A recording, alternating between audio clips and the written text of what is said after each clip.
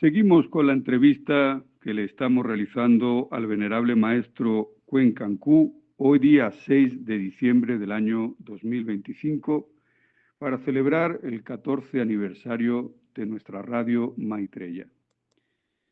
Maestro, nos han llegado unas inquietudes de varios estudiantes de otra institución de la Gnosis, que llevan 17 años en esa institución y dicen que se suponía que era la única que había dejado el venerable maestro Samael y que se suponía que estaba siendo guiada por la Logia Blanca a través de su guía espiritual o principal, el señor Teófilo Bustos, autodenominado Lakshmi Daimon.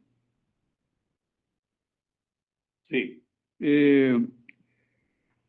Este señor dice que el señor Efraín Villegas Quintero, maestro de Soto, le comunicó su nombre interno, o sea, Lakshmi, en la República Dominicana.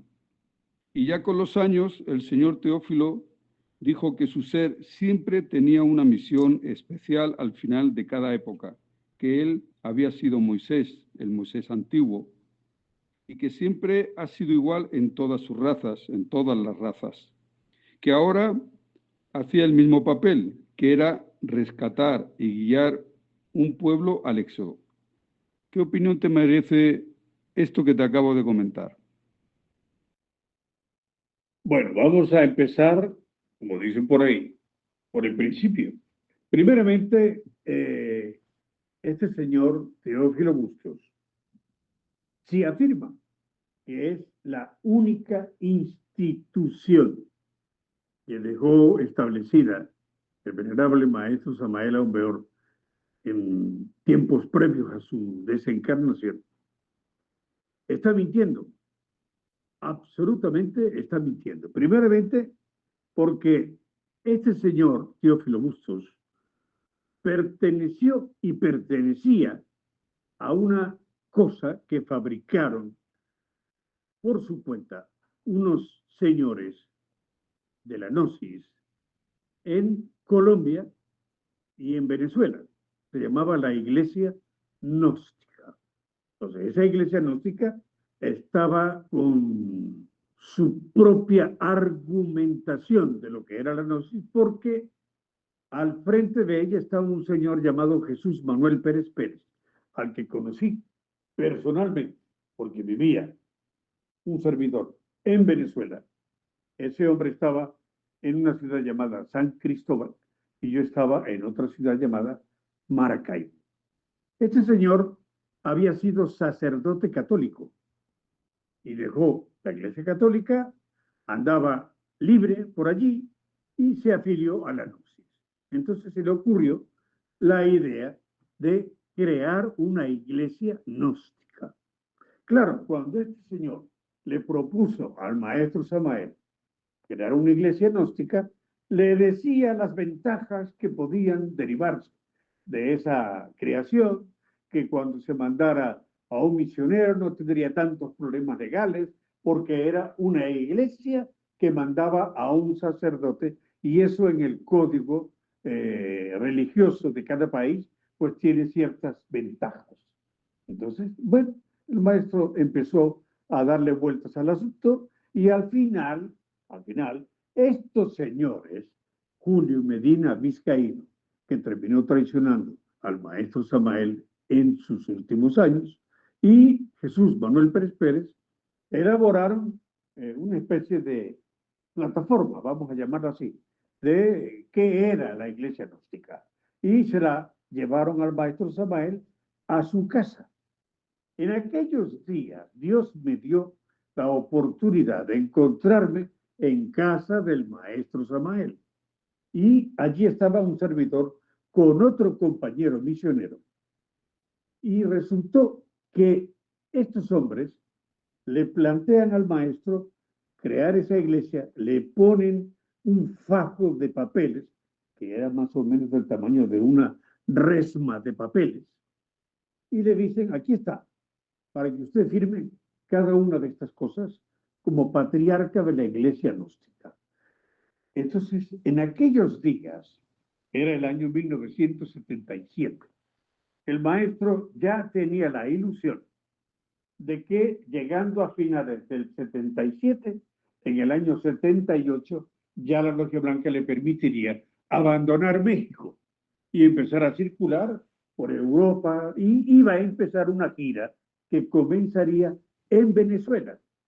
Justamente había pedido a mi persona y a mi compañero de entonces que organizáramos un congreso internacional para comenzar con una especie de elegía de lo que él iba a hacer a partir de aquel momento.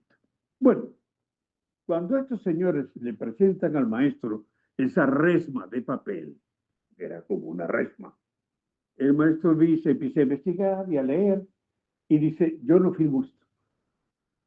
Y estos se quedaron en mal estado. Julio Medina y el señor Jesús Manuel Pérez Pérez. Y resulta que dice, pero esto es más importante que un congreso, le dicen ellos, ¿no? Le dicen, de un congreso, ¿qué se saca? Nada. Un montón de gente que va, luego aparece el congreso y no queda nada. Y dicen, ustedes se equivocan. Yo sigo la tónica que seguía el Manúba y Basmata. Yo lo ayudaba en la Atlántida dando el trompetazo de la salvación a través de congresos. Y esa es mi visión. Pues es que nosotros no le damos ninguna utilidad a los congresos. Resultó ser que, como el maestro les dijo que él no iba a firmar eso, le dijeron, entonces usted no va a firmar. Y el maestro dijo, no, yo no firmo eso. Entonces, en la cara del maestro Samael les dijeron, pues con su firma o sin su firma, nosotros vamos a legalizar eso. Así como lo estáis escuchando. Y el maestro dijo, no hay problema. Denme acá esos papeles, yo se los firmo. Y les empezó a firmar aquellos papeles.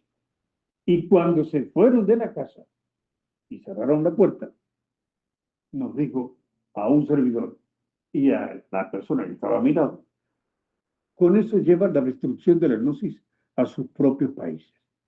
Así nos lo dijo, tal cual como lo estáis escuchando. ¿Y qué pasó? Efectivamente, estos personajes se fueron, cada uno en su país. El Manuel Pérez Pérez metió los papeles en el Ministerio del Interior, en la Dirección de Cultos, y Julio Medina metió sus papeles también en la Dirección de Cultos de Colombia. Bueno, cuando salieron aprobados esos documentos, Julio Medina quiso celebrar aquel acontecimiento con una misa pública en la ciudad de Bogotá. Entonces, en plena plaza principal de Bogotá, montaron un altar delante de todo el mundo. Se pusieron las túnicas y cuando quisieron hacer la misa vino un viento tan fuerte que se llevó el altar por los aires, el cáliz todo voló por los aires y aquella misa no se pudo celebrar. Eso no sucede así porque sí. Y a Jesús Manuel Pérez Pérez, ¿qué le pasó? Bueno, recibió los papeles del Ministerio del Interior, se ganó el premio gordo de la lotería, tal como lo estoy diciendo, y a los 3 días murió de un infarto. Así fue como la ley les pagó su gracia. Bueno, a raíz de aquello, sin embargo, se creó la iglesia gnóstica en ambos países. ¿Cuál fue el primer papel que hizo la iglesia gnóstica? Pues arremeter contra los misioneros, porque los obispos no querían ser menos que los misioneros. Y empezaron, yo fui uno de aquellos que recibió palos de los obispos, sabotajes de distinta índole, donde quiera que yo iba, intentaban sabotear lo que mi persona estaba haciendo y lo que estaba haciendo mi otro amigo, etc. Entonces, nosotros nos dijimos a nosotros mismos, mira, porque después sobrevino la muerte del maestro Samael. Entonces, que nos sentimos huérfanos. ¿Y qué nos propusimos? Nos propusimos seguir adelante en favor del viento o contra todos los vientos. ¿eh? En un principio quisimos seguir a la esposa del maestro Samael, la señora Arnolda Garro de Gómez, y luego resultó que nos salió rana el experimento y quisimos seguir a la hija del maestro Samael, Hipatía Gómez de Lozano, y nuevamente fracasó nuestro intento porque tenían muchos caprichos y después se descubrió una cosa muy fea, un traspaso de, ¿cómo diríamos?, de derechos. Hipatía renunciaba a los derechos de autor de su padre con respecto a los libros y le daba todos los derechos a Donda. Y Donda, en compensación, le compró una casa a su hija, Hipatía Gómez de Lozano, en la ciudad de Cuernavaca. Esa casa la visité yo. Y así estaban en paz. ¿Qué pasó? Que después de eso empezó la señora Arnolda a querer atacar a los canadienses porque editaban los libros del maestro Samael. Y nosotros teníamos un vídeo donde el maestro Samael renunciaba a los derechos de autor en cualquier idioma y en cualquier latitud. Decía él que se publicaran sus libros en cualquier país, en cualquier tiempo, pero solo respetando que se vendieran a precios bajos para el alcance de todos los bolsillos y que no se alterara el mensaje ni una coma. Esas eran las dos condiciones que el maestro Samael ponía.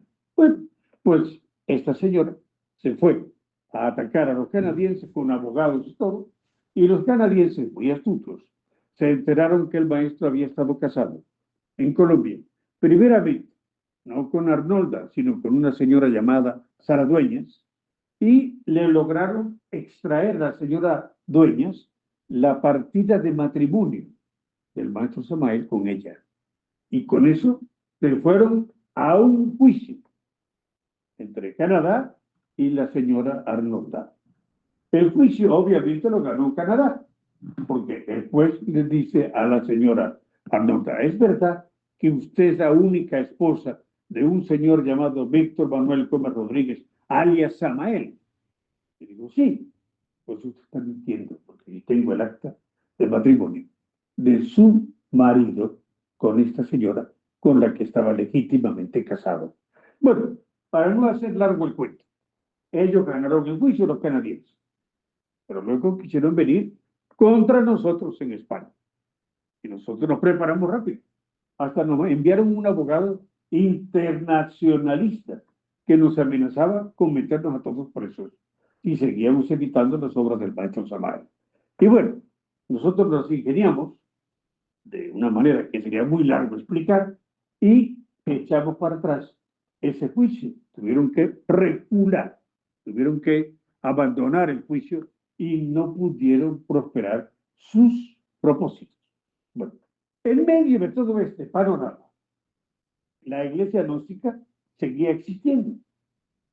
Y dentro de esa iglesia, recuerdo perfectamente, estaba al mando en Venezuela, por ejemplo, un señor llamado Arquímedes Conde Ecarri, bastante soberbio, bastante orgulloso, y que finalmente abandonó la luz, según las últimas noticias que tengo de él.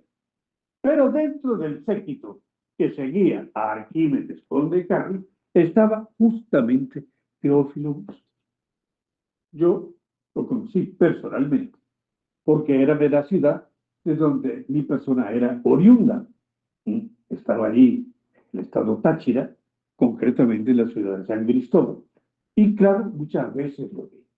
Cuando supe que él había sido ordenado obispo, yo pensé que había sido una ceremonia en la que el maestro Samael uno por uno fue consagrando. No, los había puesto de rodillas a todos y con la mano derecha extendida y con los dedos índice, pulgar y medio, los había bendecido en el nombre de Cristo. Os declaro obispos de la Santa Iglesia Norte.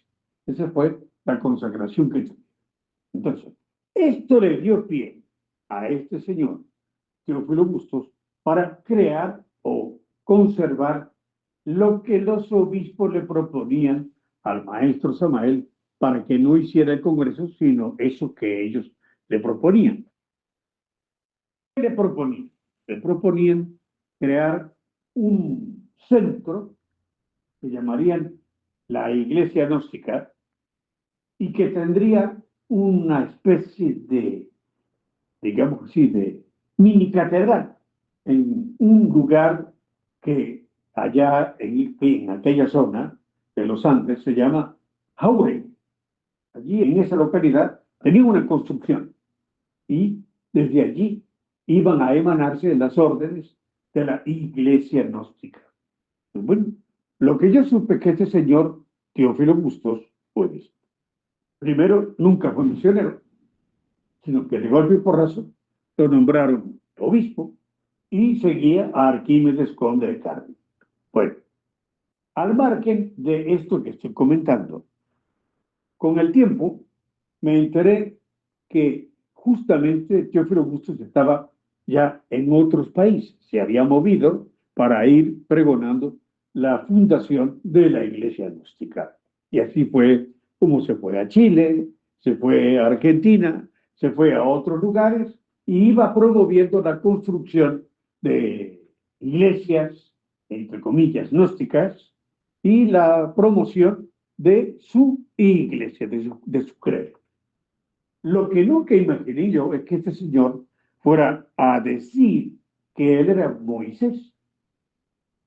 ¿Por qué nunca me lo imaginé? Porque no entra en ninguna cabeza que Moisés esté caído y que se hubiera levantado bajo la forma de Teófilo Bustos. Moisés vive, para información de todos nuestros oyentes, en un lugar de las supradimensiones que se llama Azzilut. Azziluth. Allí está establecido el Señor que entregó las tablas de la ley. Allí está el venerable maestro Moisés.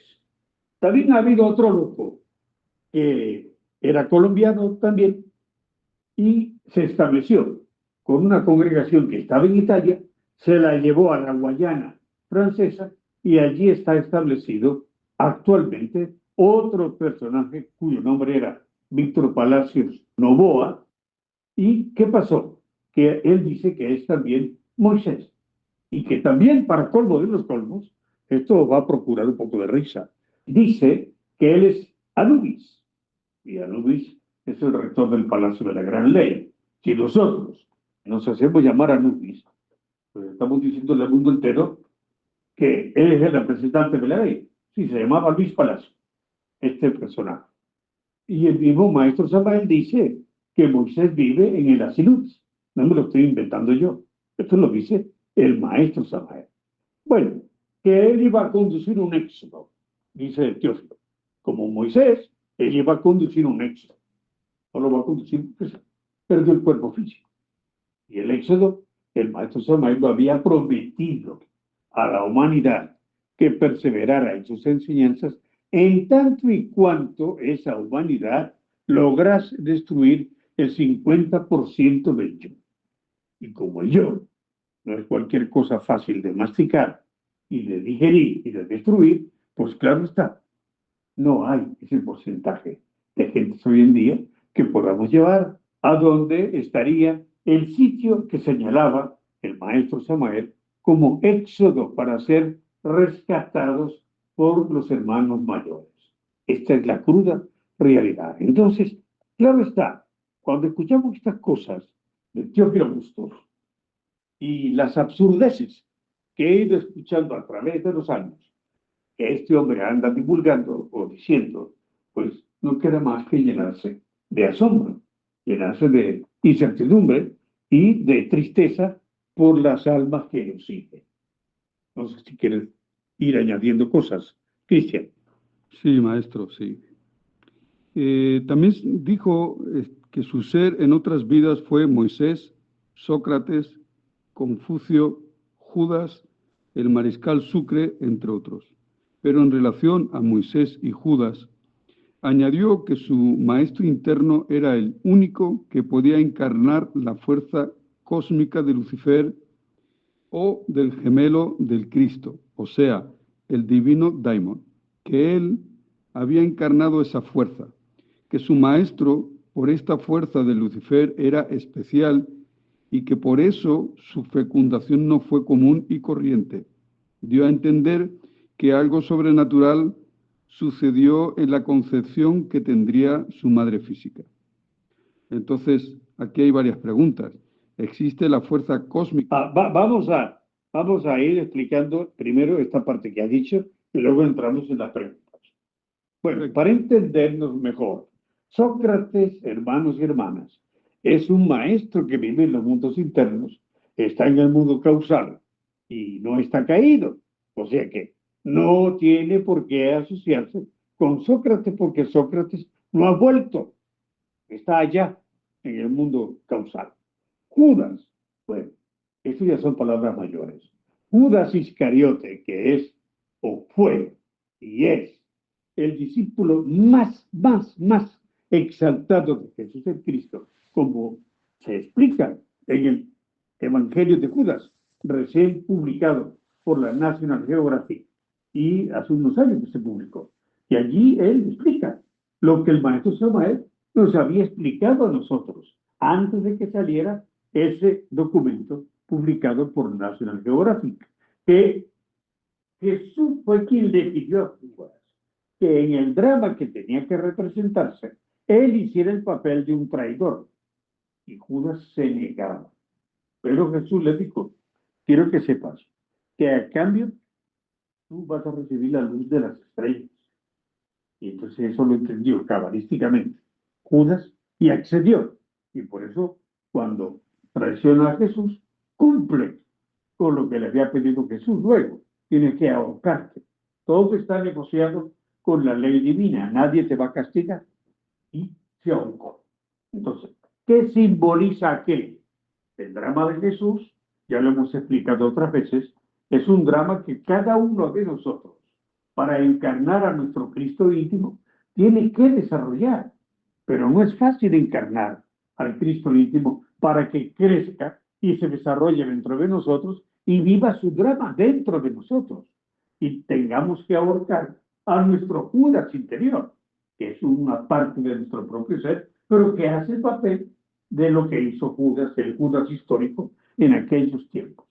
Pues, obviamente, compararse con Judas, a quien el maestro Samael dice, o de quien el maestro Samael dice, que está en los mundos infiernos permanentemente, conscientemente, buscando almas que tengan verdadero arrepentimiento para pedir luego a la gran ley que se les dé una nueva oportunidad antes de que sigan involucionando. Ese es el papel de Judas. Eso no lo hace cualquiera. No sé si los otros apóstoles podrían hacer ese papel, pero Judas lo realiza a la perfección. Y por lo tanto, compararse con Judas es una blasfemia. Esa es la palabra.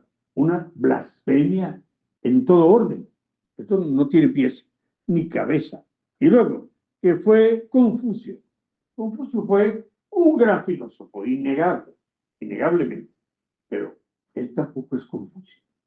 Confucio no se autorrealizó, pero fue un hombre de bastante sabiduría, bastante conocimiento, y no puedo deciros, honestamente hablando, si ha retornado a este valle de lágrimas, a este mundo material, o todavía está en los mundos superiores.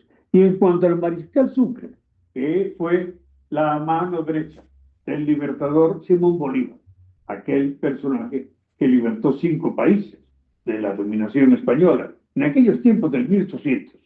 Entonces, tampoco creo que sea ese personaje, tampoco creo que sea el mariscal Sucre.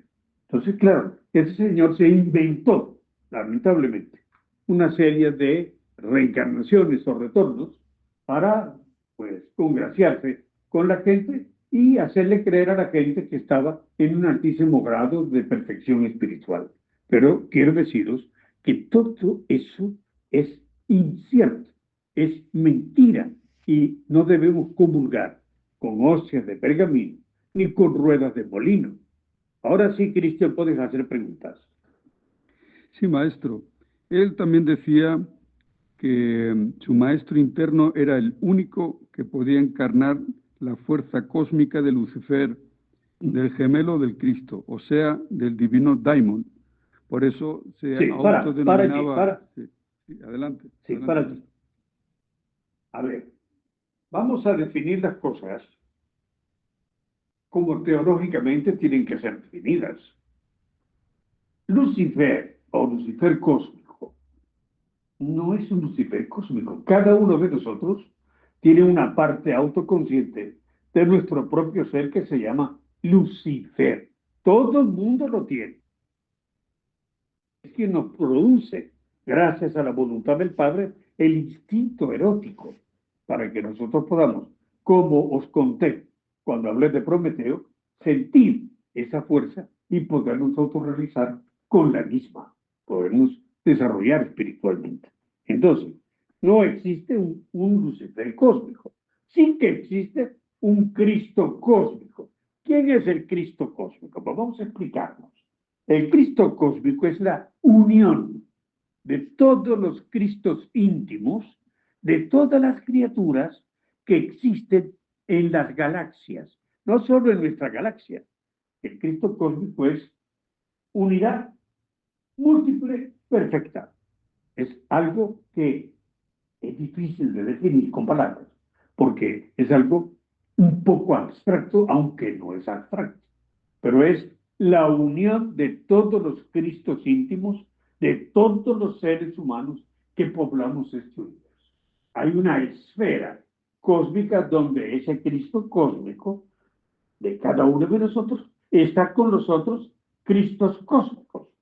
Cuando alguien encarna a su Cristo íntimo, es porque su Cristo sale de esa esfera y nace como un niño. Y en los mundos internos, el iniciado que lo consigue, que consigue que ese Cristo nazca dentro de él, vive la Navidad interior y ve a María, a la Divina Madre, y ve a José, una parte del ser, y ve al niño, que es el Cristo. Con el tiempo y con los trabajos alquímicos y las transmutaciones que nosotros conocemos, entonces ese niño va a ir va creciendo con el magnesio interior, que es la leche alquímica y que es la energía creadora. Entonces, a medida que ese niño crece y va creciendo en el interior del hombre, pues ese niño va viviendo los procesos del Cristo histórico, pero los va viviendo en los mundos espirituales, en los mundos internos. Y allí, obviamente, llegará un momento en que le tocará al iniciado ver en los mundos internos a su Cristo íntimo vituperado, escupido, apedreado, verá que se lo llevan a una cruz, que lo crucifican, etcétera, y que luego pues ve el drama del Calvario. Y eso es lo que se llama la iniciación venusta. Allí es donde el Cristo queda establecido en el interior del iniciado, pero no ha resucitado todavía. Eso sucede al final de la primera montaña. Y luego viene el drama de la segunda montaña, que está constituido por los 9 primeros trabajos de Hércules. Eso es otro cantar. Cuando el iniciado se enfrenta con ayuda de su divina madre a sus propias cosas bestiales, a sus propias bestialidades. Y las tiene que fulminar su divina madre. De ahí la importancia de la Virgen y de no estar nosotros nunca en contra de la Virgen, porque ella es nuestra salvadora, junto con su Hijo, el Cristo. Ambos son los que nos salvan.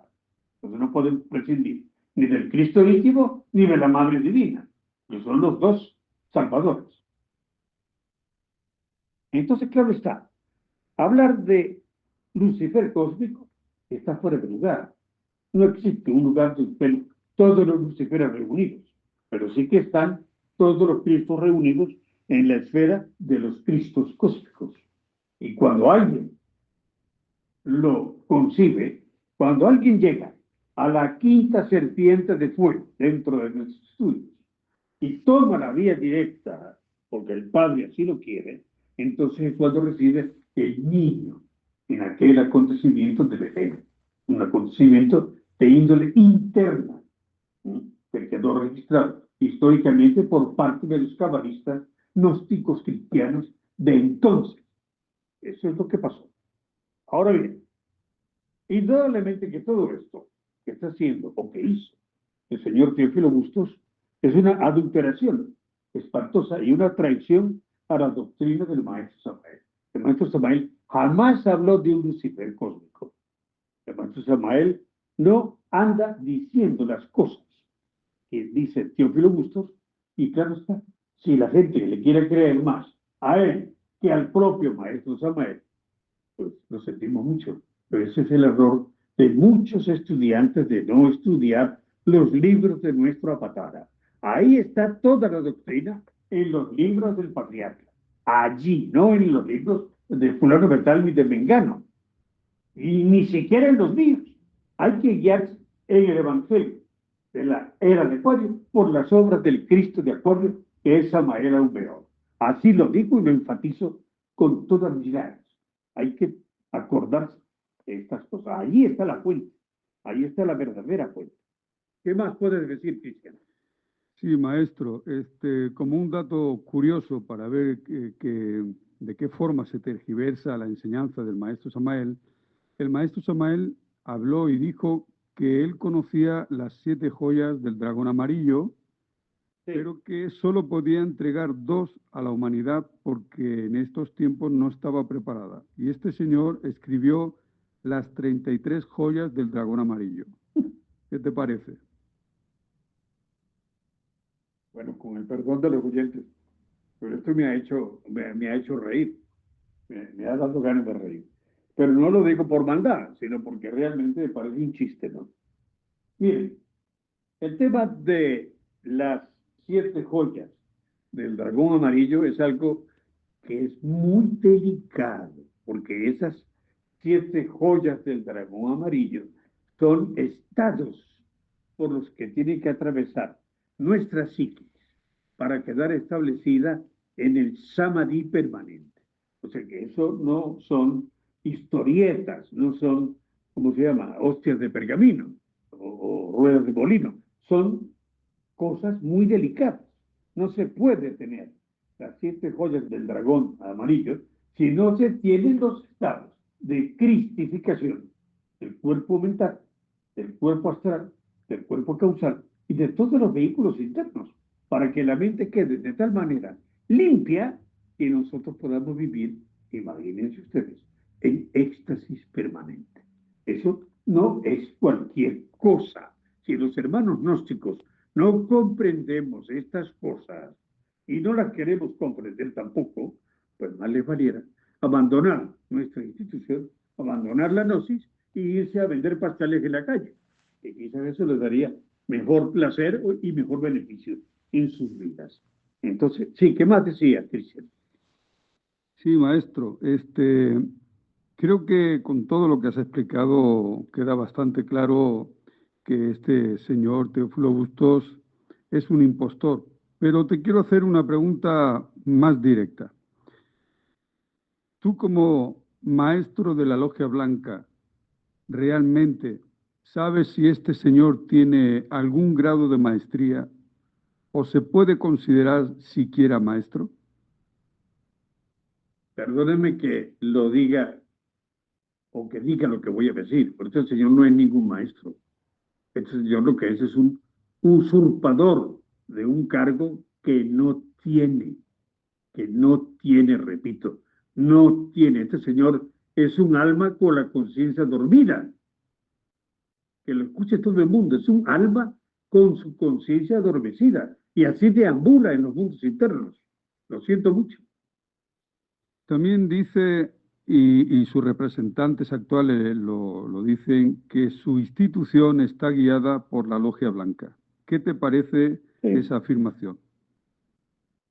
Miren, la Logia Blanca, una vez lo dije en un congreso y recibí pues piedras y patadas de algunas otras instituciones porque me acusaban a mí de creerme la última Coca-Cola del desierto, porque me atreví a decir que la Logia Blanca había celebrado una noche, una conmemoración en honor de Agea. Yo estuve en esa conmemoración y fue una fiesta espectacular, con fuegos artificiales y todo lo demás. Y se declaró en esa conmemoración que Agea era la legítima representante de la logia blanca. Lo siento mucho por mis otros amigos que pertenecen a otras instituciones. No estoy yendo contra ellos, ni contra los grupos que tengan. No, simplemente digo lo que vi, pero no estoy diciendo que no puedan tener méritos ellos. Deben de tenerlos también, y deben ser buenas personas, y deben tener buenas almas. Sí, señor, nosotros no somos los acaparadores del mundo espiritual, eso es ridículo. Somos una institución que recibió una conmemoración y punto, nada más ni nada menos. Entonces, esta iglesia que el señor Teófilo Bustos creó, pues lamentablemente pues es un absurdo, es un hazmerreír en términos espirituales, es una cosa que no tiene pies ni cabeza. Lo siento mucho. Y claro, la iglesia que ellos crearon allá en el estado Táchira, en el distrito de Jáuregui, que se llamó Lumen de Lumine, pues ha quedado ahí. Yo no sé cómo estará aquello allá. Lo que sí sé es que muchos de los obispos abandonaron esa iglesia y hoy son personas que ya no están en la gnosis, lamentablemente. Bueno, tristemente, maestro, y por eso queremos decirle al público que nos está escuchando que, como tú bien decías, no tenemos intención de atacar a ninguna institución, pero sí es nuestro deber aclarar las cosas porque hay mucho lobo con piel de oveja y no es la única institución que engaña a sus miembros e incluso a sus misioneros. Entonces, tenemos la obligación como institución de aclarar las cosas y que luego cada cual haga lo que considere que tenga que hacer. ¿Me parece que exactamente? Sí, sí, absolutamente. Exactamente. Muy bien, maestro, pues te propongo una nueva pausa musical. ¿Qué te parece? Sí, hagamos esta pausa. Vale. Bueno, amigos, regresamos en un momento.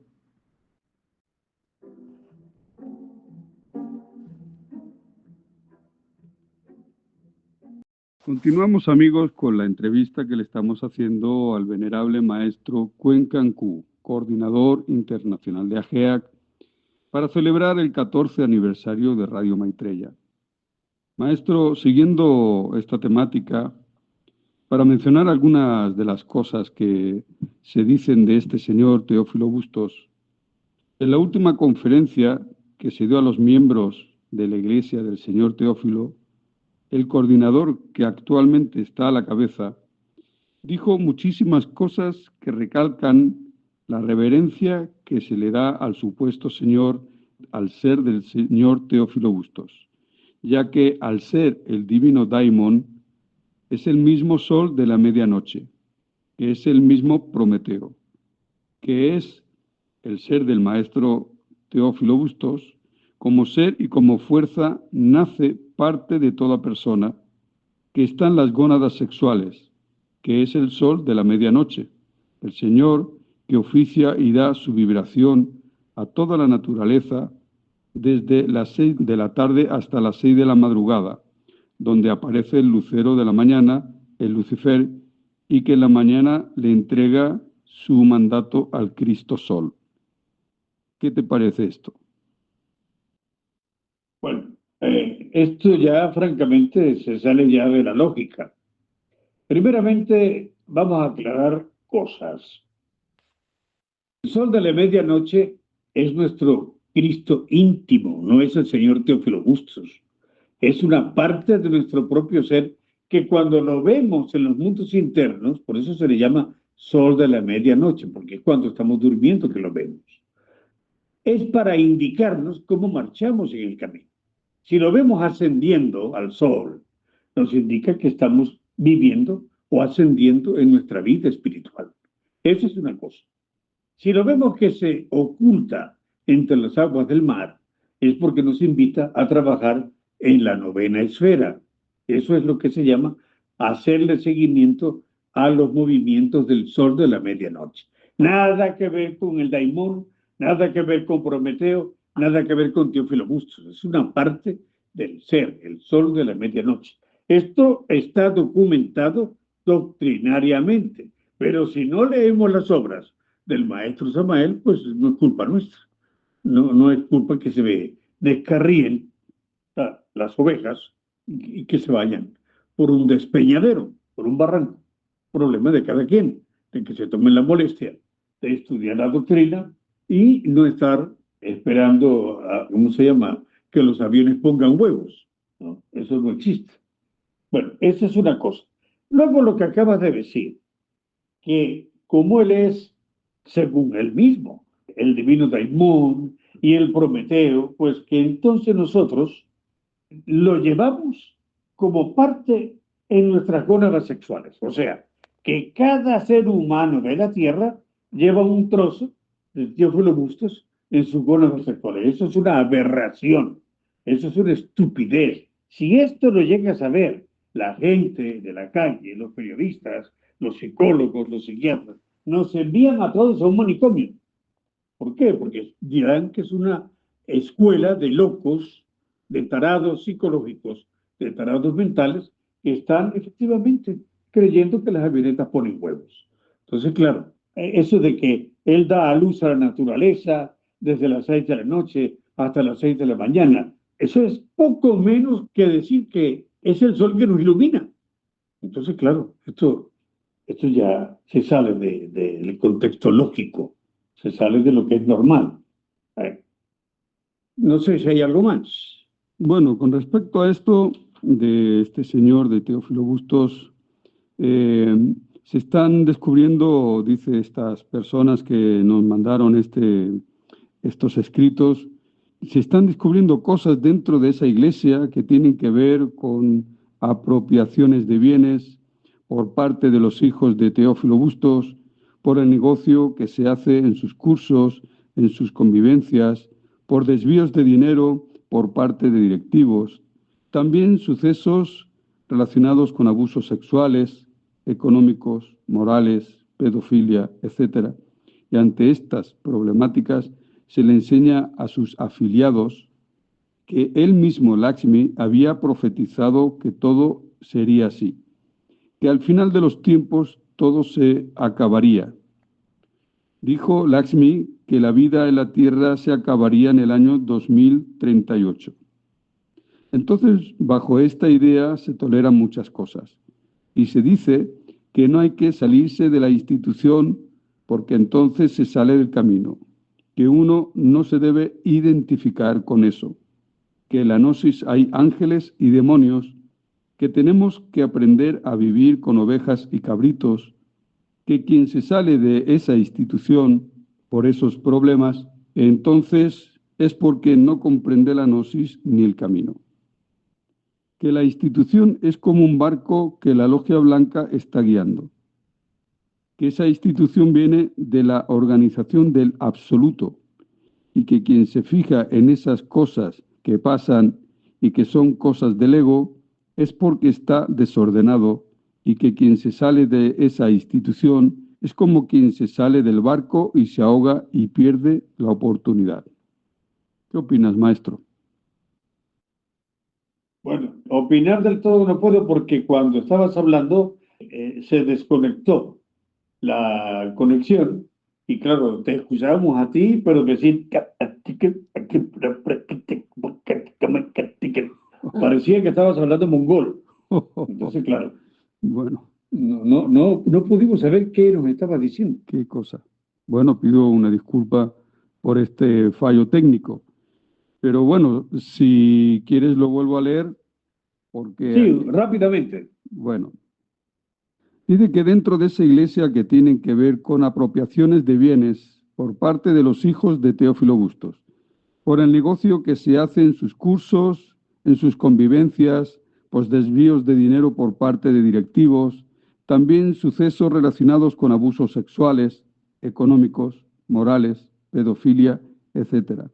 Y ante estas problemáticas se le enseña a sus afiliados que el mismo Lakshmi había profetizado que todo sería así, que al final de los tiempos todo se acabaría, que él había profetizado que la vida en la Tierra acabaría en el año 2038.